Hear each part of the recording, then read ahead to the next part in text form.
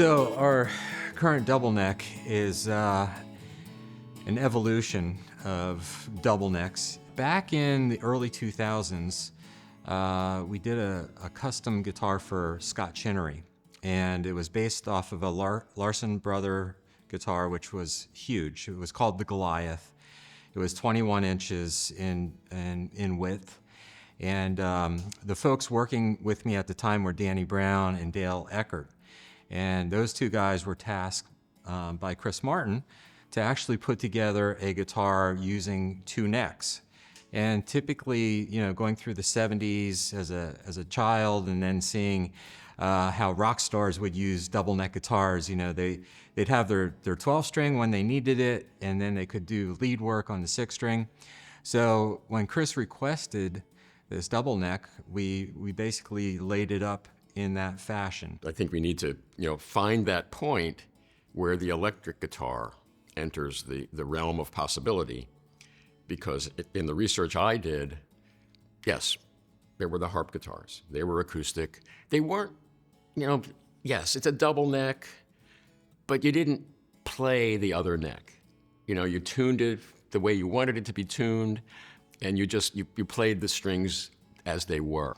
But I think where the double neck guitar really began to come into its own is with the lap steel.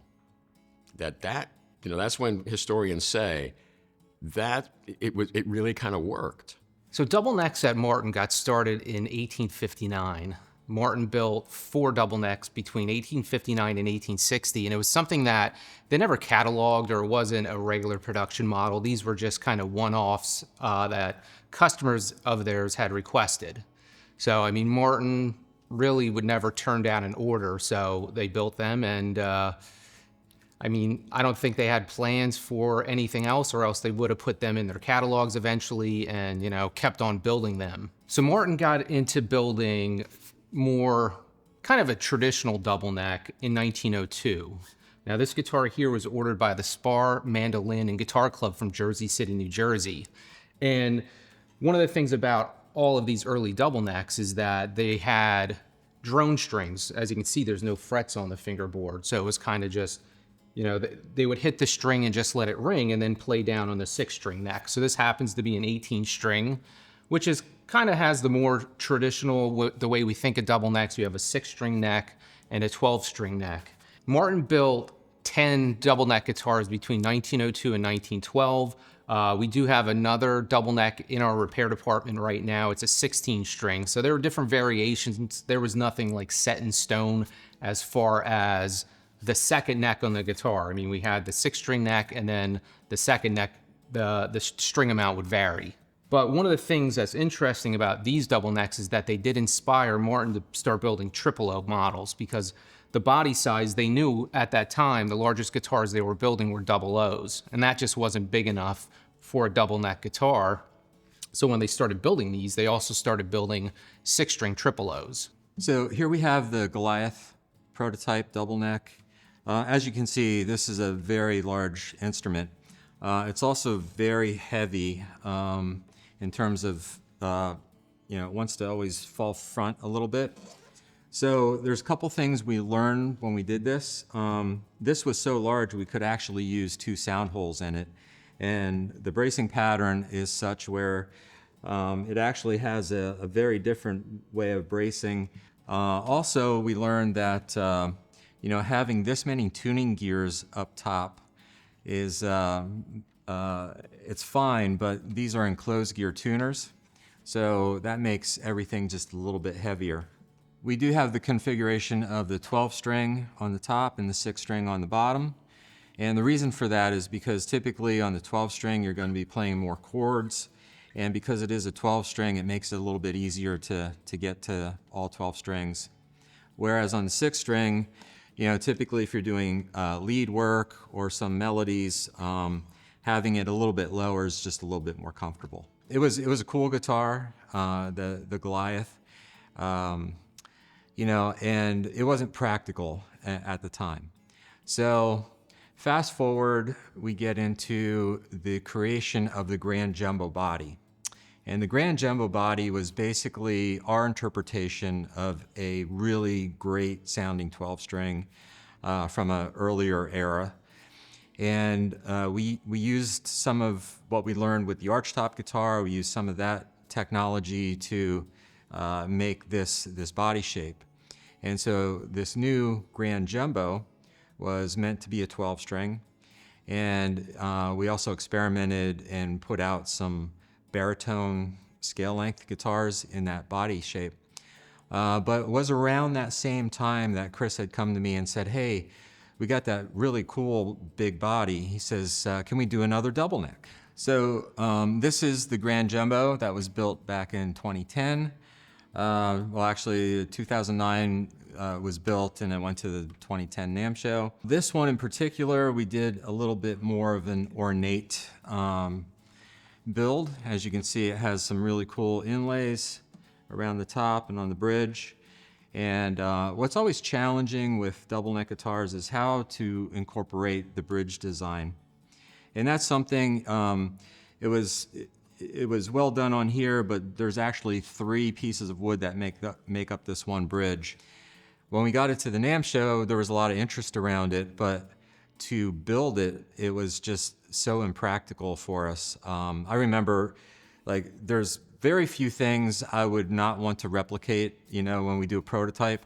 This happened to be one of them because of the difficulties in designing the front block and how the necks went into the body. It was just a very, very difficult build to make. So we had that set aside for a long time.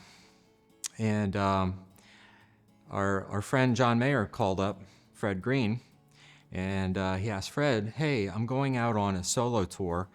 Do you guys have a double neck I could borrow or purchase? So Fred comes to me and he says, hey, remember that double neck that you made like way back, you know, in 2010? I'm like, yeah, of course I remember it. I said, why? He said, well, John would like to borrow it on tour. And I'm like, okay, well, that's pretty cool, but we're not going to make these things, right? And Fred says, oh, no, he's just going to borrow it, you know. So John goes out on tour with the guitar, and he does an awesome job utilizing both necks. You know, with modern day equipment, we got loopers now. So, you know, you get a rhythm going with the 12 or 6 string and loop that in. Now you can play over what you just did. And a lot of people took note of that guitar on tour. So they would call in to the custom shop and say, hey, I just saw John playing this guitar. Can I get one? Can I order one? And of course we'd say no, because we were not set up for this at all. And our president CEO, Thomas, he really caught his attention as well.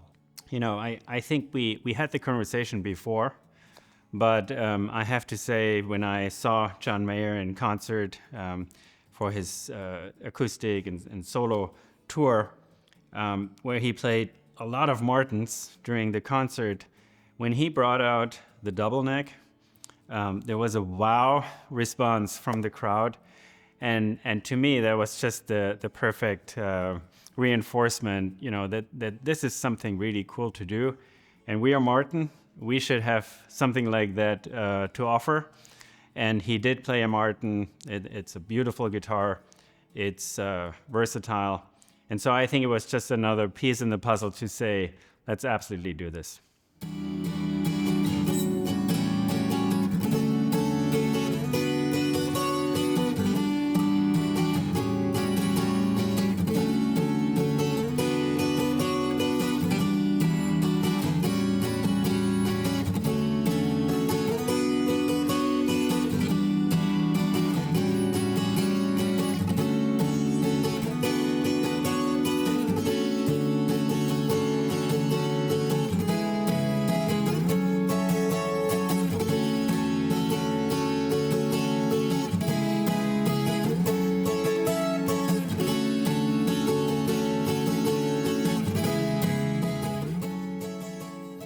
In the making of the guitar, in the design part of it, we had to look at the prototype I made back in 2010. I did not document it that well because it was a one-off guitar and we were never planning on remaking it. So when we went to make our new one, we basically re-engineered what I already did with the bracing, and we kept true to that bracing pattern. So this is our brand new Grand J-28E Double-Neck. And just to talk about how it feels in the hand, compared to all of our other double necks that we did in the recent past, this one feels very comfortable, much lighter in weight. And some of that is due to the open gear tuning machines that we have on both the 12-string and the 6-string head. Also the bracing, as we talked about before, the bracing is mimicking what worked on the previous version of this. And we wanted to offer it in our standard line configuration. So it is a 28. It is beautiful Indian rosewood for the back and sides. We've got a beautiful Sitka top for the soundboard. And the other thing is we decided to put electronics in this guitar so that it's stage ready, because we figured most people who would buy this would actually try to use it on stage because of its versatility with the two necks. So what's really cool with this particular design, because it only has one sound hole, we have a selector switch right up top, very easy to manipulate with a finger to go between this neck or this neck through the singular jack on the back. And what's really neat with the system is because everything is connected, even though, let's say you have it on the 12-string neck, this will have the prominent sound through the amplifier. But if you do any droning, as Jason was talking about earlier, that droning sound will actually feed through the pickup on whatever is selected. So it's not just like an electric guitar that you'd have this one hot and this one not. You do get a little bit of crossover, which actually is pretty cool. There's also a volume and tone switch right at your fingertips as well in the lower part of the sound hole. We did get, as John was playing this guitar on stage, we would get inquiries, and it was, hey, can you guys make me a custom guitar? And it was always no. And the reason really for that is because if you look at how this neck is configured onto the body, you can see how these necks are carved a certain way. And with our 3D CNC technology, it's now possible. So we have a 5-axis CNC router that can actually come in and mimic this shape while it's routing in the other axis. That was a game changer for us, because when we made the other prototype back in 2009, that technology for us wasn't available. And so, we always invest into better and new machines.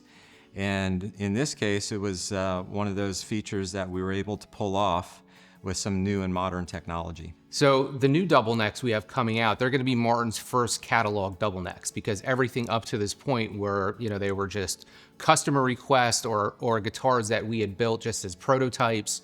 So I think it's significant. And, when we look to build something, I think it's to meet a customer demand.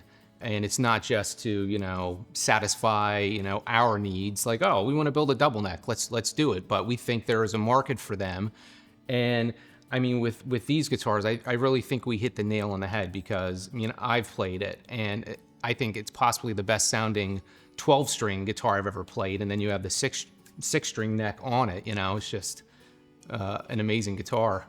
It's a true Martin guitar, right? With the sound, the quality, the playability, the aesthetics that come with it.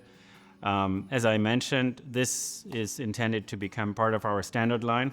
So hopefully we'll get the resonance that we expect for this, and it's gonna stay with us for a long, long time. This guitar was not only one of the most difficult and challenging to make in a production setting.